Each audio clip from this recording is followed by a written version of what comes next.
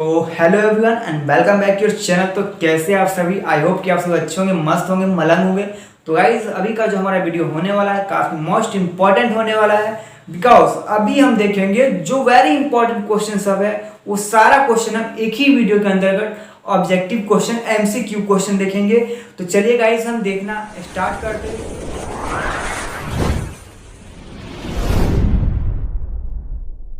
Hello everyone, my self दीपक और आप सबको very very good morning, good afternoon and good. तो कैसे आप लोग, आई होप कि आप सब अच्छे होंगे।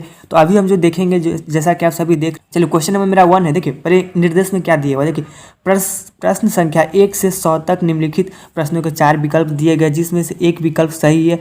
सही विकल्प चयन का ओएमआर शीट पर चिन्हित करें। 100 प्रश्नों से किन्हीं 50 का ही उत्तर दे। देखिए एकदम ध्यान में माइंड में रख लीजिए, 100 में आप 1 से लेकर 100 तक पूरा क्वेश्चन देखिए। ऐसा नहीं कि 50 तक देखने के बाद ही छोड़ दीजिए, ऐसा नहीं कीजिए। 1 से लेकर 100 तक देखिए और उसमें जिस क्वेश्चन पे आपको 100% कन्फर्म रहे कि नहीं इसका आंसर वही होगा, उसको टिक कीजिए और 100 में से 50 को सिलेक्ट कीजिए और ओएमआर शीट में भरिए।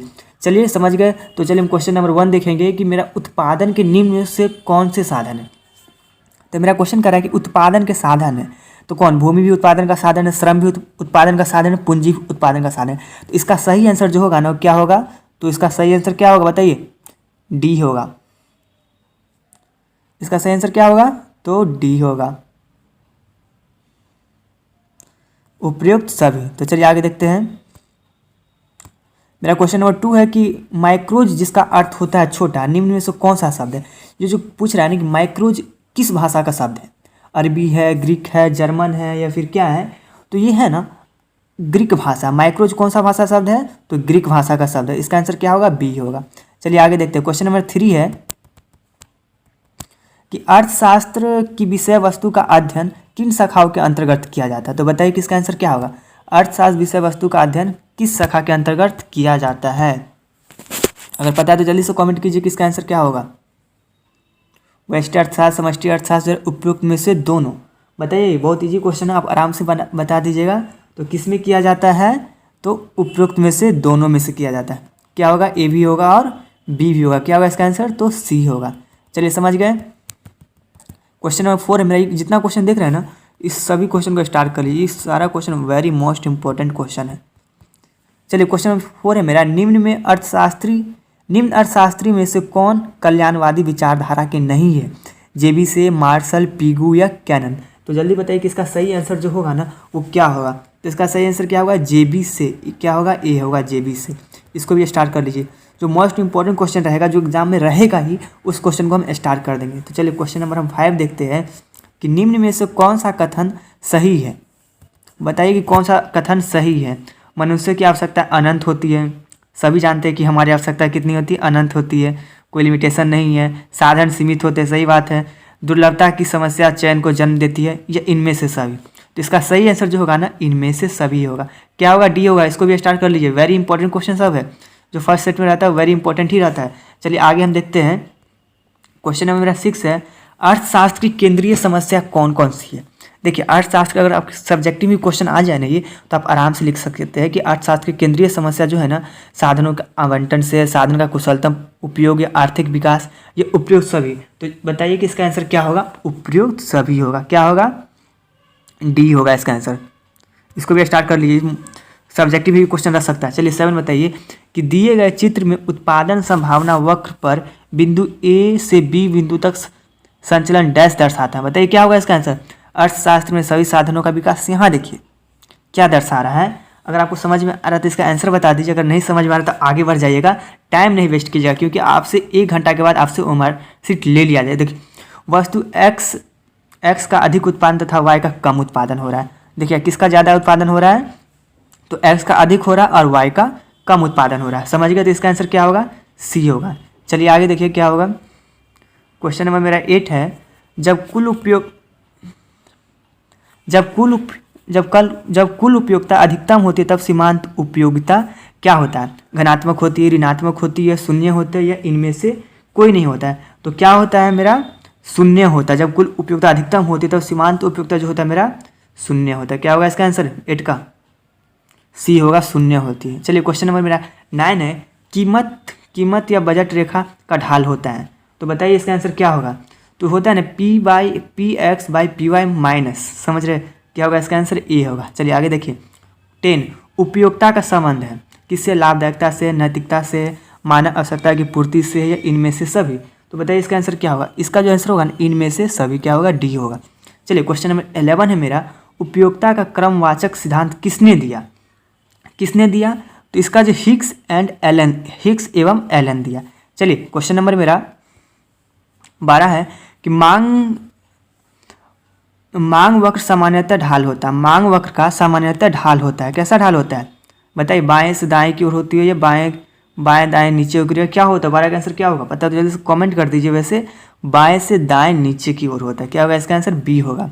चलिए आगे देखिए क्वेश्चन नंबर मेरा 13 है कि ऐसी वस्तु जिनका एक दूसरे के बदले प्रयोग किया जाता है, जैसे कि हम चाय के बदले कॉफ़ी, मोटरसाइकिल के बदले साइकिल प्रयोग कर लेते हैं, ऐसी वस्तु को हम क्या बोलते हैं, पूरक वस्तु है, स्थानापन्न वस्तु है, आरामदायक वस्तु है, या बताइए इसका क्या आंसर होगा। बहुत इजी क्वेश्चन, आप बता सकते हैं आराम से। तो ऐसी वस्तु जिसका हम एक वस्तु के बदले, समझिए ना, चाय के पीने का मन है उसके जगह हम कॉफ़ी पी लेंगे, साइकिल से जाना है तो वहाँ से मोटरसाइकिल से भी चले गए, समझ गए। चलिए क्वेश्चन नंबर 14 देखते हैं कि मूल्य वृद्धि से गिफिन वस्तुओं की मांग क्या होती है, क्या होती है, बढ़ जाती है, घट जाती है, या फिर स्थिर रहती है, या अस्थिर रहती है। तो क्या होती है, बढ़ जाती है, क्या होगा इसका आंसर, बढ़ जाती है, समझ गए। आगे देखिए क्वेश्चन नंबर 15 है कि बताइए, क्वेश्चन नंबर 15 है, मांग में परिवर्तन का निम्नलिखित में कौन सा कारण, उपभोक्ता की आय में परिवर्तन, संबंधित वस्तु की कीमत में परिवर्तन, जनसंख्या वृद्धि, या इनमें से सभी। तो आप आराम से बता सकते हैं क्या होगा इसका आंसर, डी होगा। चलिए आगे देखते हैं, गिफिन वस्तु के लिए कीमत देखिए, गिफिन वस्तुओं के लिए कीमत मांग की लोच होती है, ऋणात्मक होती है, धनात्मक होती है, या शून्य होती है, इनमें से कोई नहीं। तो क्या होती है, धनात्मक होती है, क्या होगा इसका आंसर, धनात्मक होती है, समझ गए। चलिए क्वेश्चन मेरा 17 है कि मांग की लोच का माप निम्नलिखित में किस विधि से किया जाता है, बताइए किस विधि से किया जाता है मांग की लोच का माप, बता दे जल्दी से बता दिए। इससे जो क्या उपयुक्त में से तीनों विधि जो देख रहे हैं ना, ये तीनों विधि से किया जाता है, कुल व्यय रीति से, प्रतिशत अनुपातिक, बिंदी रीति से, समझ गए। क्वेश्चन नंबर मेरा 18 है कि मांग की लोच मापने के लिए प्रतिशत या अनुपातिक रीति का प्रतिपादन किसने किया। तो इसका जो प्रतिपादन जो किया ना, फ्लक्स ने किया। कौन किया था, फ्लक्स। क्या होगा इसका आंसर, बी होगा। चलिए उत्पादन फलन में उत्पादन किसका फलन है, किसका फलन है उत्पादन, तो उत्पादन फलन में उत्पत्ति के साधनों का, इसका भी आंसर क्या होगा, बी होगा। चलिए आगे देखते हैं, क्वेश्चन नंबर 19 है मेरा, दीर्घकालीन उत्पादन फलन का संबंध निम्न में से किससे है, क्या होगा, 20 का आंसर क्या होगा यार, क्या होगा इसका, मांग के नियम होगा, पैमाने का प्रतिफल नियम से, पैमाने के प्रतिफल नियम से। वो कौन सा समय है जिसमें उत्पादन के सभी साधन परिवर्तित किए जा सकते हैं, अल्पकाल, दीर्घकाल, अति दीर्घकाल, या तीनों। क्या होगा इसका आंसर, दीर्घकाल में, समझ गए। चलिए आगे देखिए, उत्पादन का सक्रिय साधन है पूंजी, श्रम, भूमि, या इनमें से कोई नहीं। अगर पता है तो कमेंट कर दीजिए, क्या होगा, श्रम होगा। क्या होगा इसका आंसर, बी होगा। चलिए क्वेश्चन नंबर 13 देखिए, 23 देखिए, निम्नलिखित में कौन स्थिर लागत नहीं है, बीमे का प्रीमियम, ब्याज, कच्चे माल या फैक्ट्री का किराया। तो बताइए कि इसका आंसर जो होगा ना वो क्या होगा, इसका जो आंसर होगा ना, कच्चे माल की लागत। क्या होगा, कच्चे माल की लागत होगा, समझ गए। चलिए क्वेश्चन नंबर 24 है, उत्पादन की मात्रा में परिवर्तन का प्रभाव है, उत्पादन की मात्रा में परिवर्तन का प्रभाव है, क्या प्रभाव है, तो केवल परिवर्तनशील लागतों पर पड़ता है, समझ गए। चलिए क्वेश्चन नंबर 25, निम्नलिखित में सही अंकित कीजिए। तो बताइए इसका सही अंकित जो कीजिएगा ना, तो TVC = TC - TFC, समझ गए। चलिए आगे देखिए, 26 है मेरा क्वेश्चन नंबर, कि किस बाजार में AR वक्र x अक्ष के समानांतर होती है, पूर्ण प्रतियोगिता में, एकाधिकार में, एकाधिकार प्रयुक्त, या उपयुक्त में से सभी में। तो बताइए कि इसका आंसर जो होगा ना क्या होगा, तो ये जो होता है ना पूर्ण प्रतियोगिता में होता है, किस में, ए में। चलिए क्वेश्चन नंबर 27 है, फर्म का लाभ निम्नलिखित में किस शर्त को पूरा करने पर अधिकतम होगा, जहाँ MR = MC होगा, क्या होगा, जहाँ MR = MC होगा। क्या होगा इसका आंसर, ए होगा। चलिए पूर्ण प्रतियोगिता में क्या होता है, समझ गए, क्या होगा इसका आंसर, AR = MR होगा 20, पूर्ण प्रतियोगिता में AR=MR होगा। चलिए कुल आगम TR उत्पादन मात्र Q तथा N मात्रा तो सीमांत आगम होगी, क्या होगी? तो ये होगी ना A तथा B दोनों होगी, TR मैंने समझ गए। चलिए क्वेश्चन नंबर 30 देखिए, फर्म को लाभ मिलता है जब क्या रहेगा? जब AR ग्रेटर AC होगा, क्या होगा? 30 का आंसर ए होगा। चलिए आगे देखिए 30 देखिए, फर्म को लाभ मिलता है कब मिलता है? जब AR क्या होगा? ए होगा इसका आंसर। चलिए 30 सम विच्छेद बिंदु तक उत्पन्न होता है जब किस कंडीशन में उत्पन्न होगा? तो बताइए, जो इसका आंसर जो होगा ना ए तथा बी दोनों कंडीशन में होगा, इस कंडीशन में भी होगा, इस कंडीशन में भी होगा। चलिए आगे देखिए 32 मेरा क्वेश्चन नंबर की पूर्ति निम्नलिखित में किससे जुड़ी है? तो ये किसी समय की अवधि से और कीमत, ये दोनों से जुड़ी रहती है। चलिए निम्नलिखित में कौन सा कथन सही है? तो पूर्ति के अनेक तत्व प्रभावित करते हैं, इसका सही आंसर क्या होगा? पूर्ति के जितने तत्व होते हैं ना वो सभी तत्व प्रभावित करते हैं। तो बताइए क्या होगा इसका सही आंसर? सी होगा।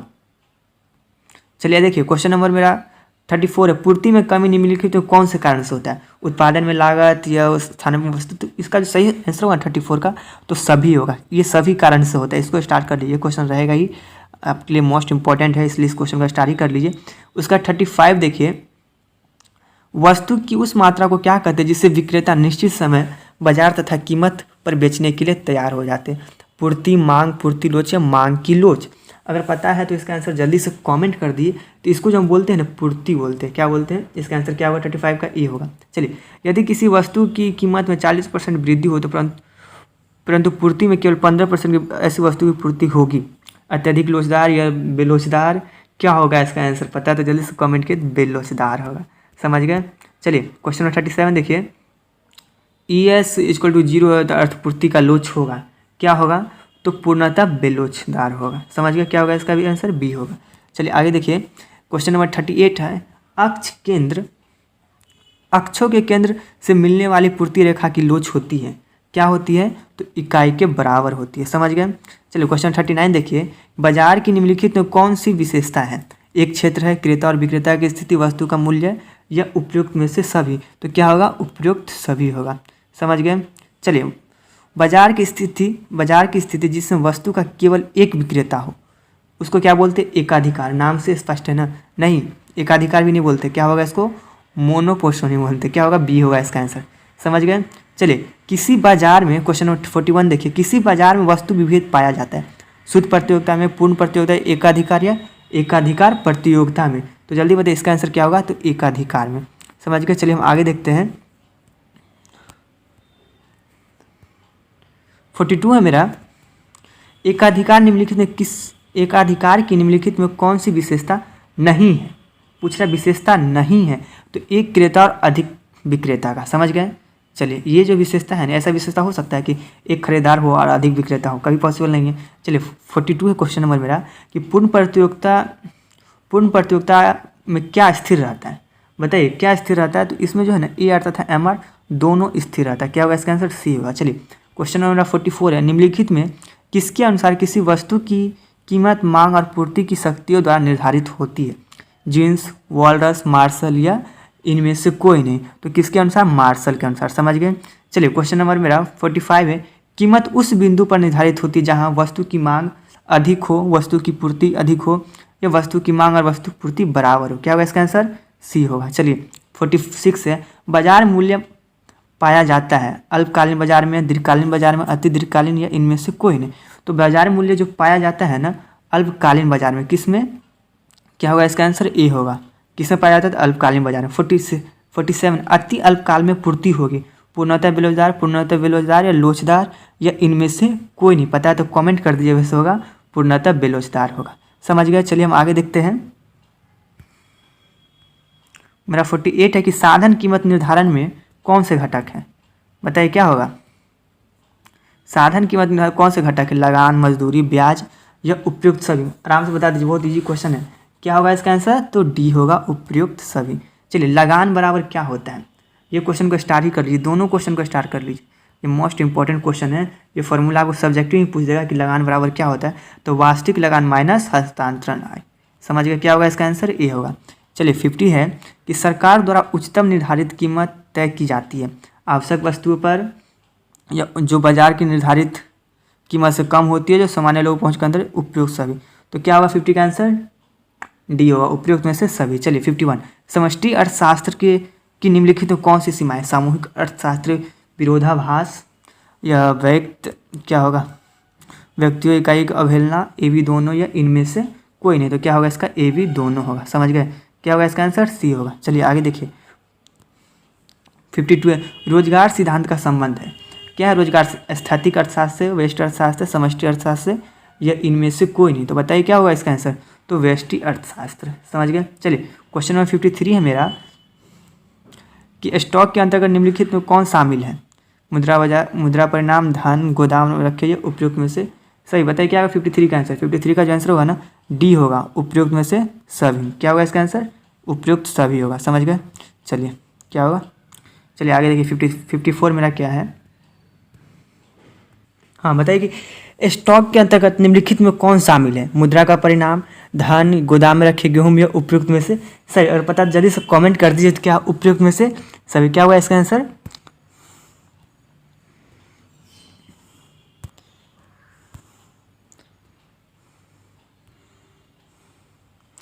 क्या होगा इसका आंसर? उपयुक्त में से सभी होगा। चलिए आगे देखिए 54, प्रवाह के अंतर्गत निम्नलिखित में कौन शामिल है?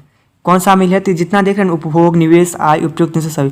इसका भी आंसर डी होगा। चलिए क्या सत्य है ये पूछ रहा है 55 में कि क्या सत्य है? तो सत्य जो है ना NNP = GNP माइनस घिसावट, ये जो है ना ये सत्य, बाकी सब गलत है। चलिए आगे बढ़िए 56 है, GDP MP माइनस घिसावट। क्या होगा 56 का? ये जो है ना GDP MP प्लस विदेशों से शुद्ध साधन आए। समझ गए?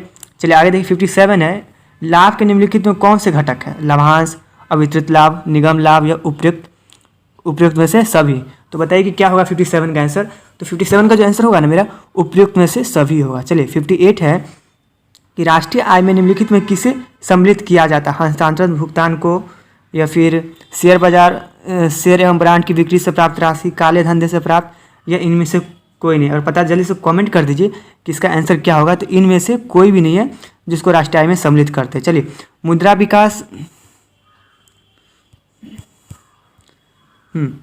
विकास क्रम का सही अनुक्रम कौन सा है?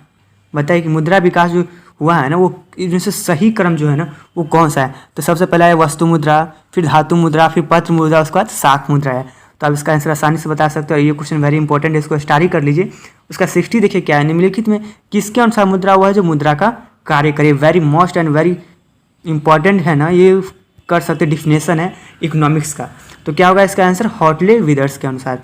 समझ गए? क्या होगा? ये होगा। चलिए शाख गुणक होता है, शाख गुणक क्या होता है? 1/CRR जो होता है वो शाख गुणक होता है। क्या होगा इसका आंसर? ये दोनों क्वेश्चन का स्टार्ट कर लीजिए, दोनों मोस्ट इंपॉर्टेंट है। चलिए 62 है, शाख मुद्रा का विस्तार होता है जब नकद कोष अनुपात क्या होता है? घटता है या बढ़ता है? तो क्या होता है? जब घटता है। कब करता है विस्तार? जब ये घटता है तब शाख मुद्रा कोष का विस्तार होता है। समझ गए? चलिए आगे देखिए कि 63 केंद्रीय बैंक द्वारा निम्नलिखित में कौन सी मुद्रा जारी करते हैं? चलन मुद्रा, शाख मुद्रा। तो बताइए केंद्रीय बैंक कौन सा मुद्रा जारी करता है? बहुत इजी क्वेश्चन है, आराम से बता सकते हैं आप, नॉर्मल लाइफ में आप लोग का यूज होता है। तो चलन मुद्रा, जो मुद्रा चलन। चलिए ठीक है, क्वेश्चन नंबर मेरा 64 है, शाख नियंत्रण के प्रमुख उद्देश्य निम्नलिखित कौन से? कीमत स्थिरता स्थापित करना, विदेशी विनिमय दर में स्थिरता लाना, उत्पादन रोजगार वृद्धि करना या उपयुक्त में से सभी। अगर पता है तो जल्दी से कमेंट कर दीजिए, अगर नहीं पता है तो यहाँ देख लीजिए क्या होगा, उपयुक्त में से सभी होगा। चलिए दूसरी नरसिम्हा समिति का गठन किस वर्ष हुआ था? किस वर्ष हुआ था? तो ये है ना 1998 में गठन हुआ था। कब हुआ था? तो 1998 में गठन हुआ था। चलिए समझ गए? आगे देखिए 66 है, बैंकिंग लोकपाल योजना की घोषणा किस वर्ष हुई थी? बताइए, ये सब क्वेश्चन देख रहे हैं, इसको कंपटीशन एग्जाम भी पूछ देता है। तो किस वर्ष घोषणा हुई थी? तो 1995 में हुआ था। चलिए आगे देखते हैं कि आगे का मेरा क्वेश्चन क्या है। निवेश निर्धारक घटक कौन से हैं? बताइए कि निवेश निर्धारक घटक जो है इसमें से कौन से? तो पूंजी की सीमांत क्षमता भी या बाजार की दर भी। तो क्या होगा इसका आंसर? ए भी दोनों होगा। चलिए किन्स के अनुसार विनियोग से अभिप्राय है? बताइए जो किन्स के अनुसार विनियोग से क्या अभिप्राय है? पता है तो जल्दी से कमेंट कर दीजिए, नहीं पता है तो क्या? वास्तविक विनियोग से। क्या होगा इसका आंसर? बी होगा। चलिए आगे देखिए कि किन्सियन विचारधारा के अंतर्गत आय के संतुलन का निर्धारण निम्नलिखित में कौन से है? सामूहिक मांग से है या सामूहिक पूर्ति से या ए बी दोनों से है? तो इसमें जो देख रहे हैं ना, ये सामूहिक मांग से भी या सामूहिक पूर्ति से भी, तो इसका आंसर क्या होगा, सी होगा। चलिए आगे देखिए 70 है, आय एवं उत्पादन के संतुलन स्तर पर सामूहिक मांग में वृद्धि होने पर निम्नलिखित में किसमें वृद्धि होती है? रोजगार में, उत्पादन में, आय में या उपयुक्त में से सभी में? तो क्या होगा, उपयुक्त में से सभी में वृद्धि होती है। चलिए 71, किन्स का गुणक सिद्धांत निम्नलिखित में किसके बीच संबंध स्थापित करता है? तो किसके बीच, निवेश तथा आय के बीच, किसके बीच, निवेश तथा आय के। 72 है कि गुणक को निम्नलिखित में किस सूत्र द्वारा व्यक्त किया जाता है? इस क्वेश्चन में सब्जेक्टिव पूछ सकते हैं, इसलिए क्वेश्चन को स्टार ही कर लीजिए, मोस्ट इंपॉर्टेंट है। तो किस में किया जाता है? तो इसका जो सही आंसर होगा ना, बी होगा। समझ गया। चलिए आगे देखिए क्या 73 मेरा क्या है कि किन्स ने अर्थशास्त्र में न्यून मांग की दशा को किस नाम से पुकारा है? किस नाम से पुकारा न्यून मांग की दशा को? तो अपूर्ण रोजगार संतुलन से। किससे? अपूर्ण रोजगार संतुलन से। चलिए क्वेश्चन नंबर 74 है, अस्फीति अंतराल मापा जाता है, माप बताते हैं न्यून मांग को, अधिक मांग को, पूर्ण संतुलन या इनमें से कोई नहीं। अगर पता है तो जल्दी से कमेंट कर दिए, तो क्या होगा, न्यून मांग होगा। समझिए न्यून मांग की। चलिए 75 है कि अतिरिक्त मांग उत्पन्न होने के निम्नलिखित में कौन से कारण है? बताइए कि अतिरिक्त मांग जो उत्पन्न होता है ना, वो निम्नलिखित कौन सा कारण है? तो उपयुक्त में से सभी, मुद्रा की पूर्ति में वृद्धि, करों में कमी, ये सभी जो कारण है, ये सभी उपयुक्त सभी होगा इसका आंसर। चलिए 76 है मेरा, स्थिति अंतराल की दशा है, मांग की तेजी में वृद्धि या फिर पूर्ति, इसका भी आंसर होगा ना, इनमें से सभी होगा। चलिए 77 है, व्यापार चक्र के उत्पन्न होने के निम्नलिखित में कौन से कारण है? तो व्यापार चक्र के उत्पन्न होने के ना, ये दोनों कारण है। समझ गए, क्या होगा, इसका आंसर सी होगा। चलिए 78 है कि न्यून मांग को ठीक करने के लिए निम्नलिखित में कौन से मौद्रिक उपाय किए जा सकते हैं? कौन से उपाय किए जा सकते हैं? तो ये जितना देख रहे हैं, बैंक दर में कमी, खुले बाजार में प्रतिभूति, ये सभी किए जा सकते हैं। समझ गए। चलिए आगे देखते हैं कि आगे आंसर मेरा क्या होगा।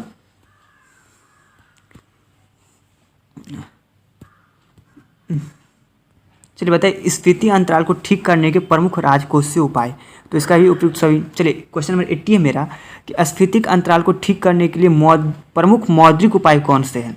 बताइए, इसका भी जो है ना, उपयुक्त से सभी, नकद कोष अनुपात, खुले बाजार प्रतिभूति, ये सब में इसका भी आंसर क्या होगा, डी होगा। चलिए 81 है मेरा कि बजट के संगठन निम्नलिखित में कौन कौन से हैं?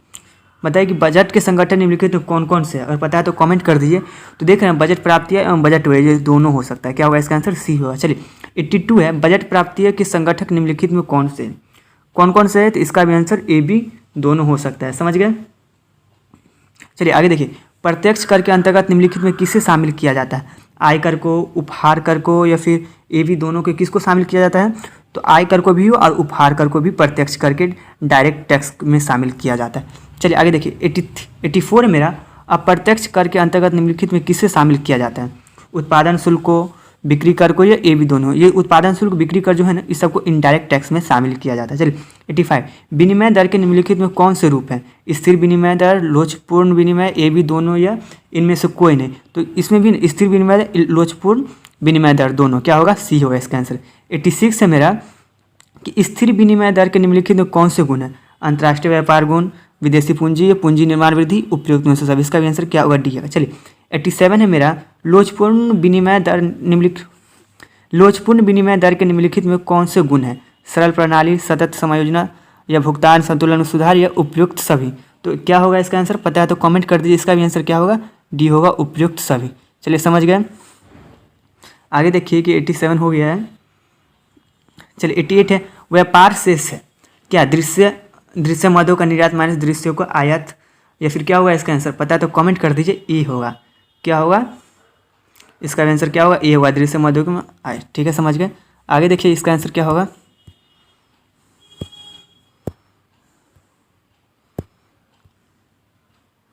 एट्टी 90 है, भुगतान शेष के अंतर्गत निम्नलिखित कौन सी मदें शामिल होती है? भुगतान के अंतर्गत कौन? दृश्य मध्य, अदृश्य मध्य, या इनमें से कोई नहीं? अगर पता है तो जल्दी से कमेंट कर दीजिए ना। तो इनमें से कोई नहीं, इनमें से सभी शामिल होगा। क्या होगा? तो इनमें से सभी। चलिए, दृश्य मदों के अंतर्गत निम्नलिखित में किसे शामिल किया जाता है? बताइए, किसे शामिल किया जाता है? तो उपयुक्त में से सभी। किसको किसको शामिल किया जाता है? किसको किसको शामिल किया जाता है बताइए? मशीन को, कपड़ा को, सीमेंट को, उपयुक्त में से सभी को शामिल किया जाता है। आगे देखिए 92 है मेरा कि दृश्य अदृश्य मदों के अंतर्गत निम्नलिखित किससे शामिल किया जाता है? बैंकिंग, जहाजरानी, सूचना, तो इसका 92 का भी आंसर होगा ना, वो भी उपयुक्त में से सभी होगा। चलिए, समष्टि अर्थशास्त्र अध्ययन है। अर्थव्यवस्था रोजगार का क्या होगा, वस्तुओं के विनियोग या 93, समष्टि का या स्कूटर व मांग का, क्या होगा इसका आंसर, तो व्यष्टि अर्थशास्त्र में रोजगार का ये होगा, क्या होगा, ये होगा। चलिए 94 है, सामान्य कीमत स्तर का अध्ययन किया जाता है। व्यष्टि अर्थशास्त्र में, समष्टि अर्थशास्त्र में किस में किया जाता है, तो समष्टि अर्थशास्त्र में सामान्य कीमत स्तर का अध्ययन किया जाता है। 95 है, 3 क्षेत्रीय मॉडल में निम्नलिखित में कौन शामिल है, परिवार, फर्म, सरकारी, उपयुक्त में से सभी। ये जो देख रहे हैं ना 94, 95 क्या होगा, इसका आंसर जो होगा ना डी होगा। ये तीनों जो है ना शामिल, 3 क्षेत्रीय में यही 3 आता है। अगर आपको सब्जेक्टिव भी क्वेश्चन रहे तो आराम से बता सकते हैं कि इसमें कितना है, तो ये सभी आते हैं। चलिए आगे देखिए, सामान्य कीमत 96 है मेरा, 4 क्षेत्रीय अर्थव्यवस्था के चक्रीय प्रवाह में संतुलन के लिए शर्त निम्नलिखित में कौन सी है।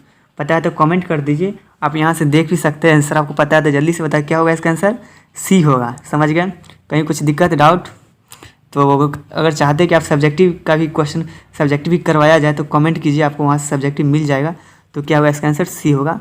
कमेंट कीजिए, सब्जेक्टिव भी अपलोड कर दिया जाएगा। चलिए 97, खिसावट वह किस में सम्मिलित रहता है, जीएनपी एमपी में या किस में सम्मिलित रहता है। आप आंसर देखिए, कमेंट कर सकते हो, कमेंट करके बता दीजिए क्या होगा इसका आंसर, जीएनपी एमपी। चलिए, साधन लागत पर शुद्ध राष्ट्रीय उत्पाद को कहा जाता है, क्या कहा जाता है बताइए, पता जल्दी से कमेंट कर दीजिए। अगर पता नहीं है तो देख लीजिए और आंसर कमेंट कीजिए जल्दी से। क्या होगा 98 का आंसर क्या होगा, इनमें से सभी, घरेलू, सकल, राष्ट्रीय, इनमें सभी जो है ना शुद्ध राष्ट्रीय उत्पाद को कहा जाता है। चलिए, वस्तु विनिमय प्रणाली के निम्नलिखित में कौन से लाभ है, सरल प्रणाली, आपसी सहयोग में वृद्धि, आर्थिक समानता या उपयुक्त में से सभी, तो उपयुक्त सभी होगा।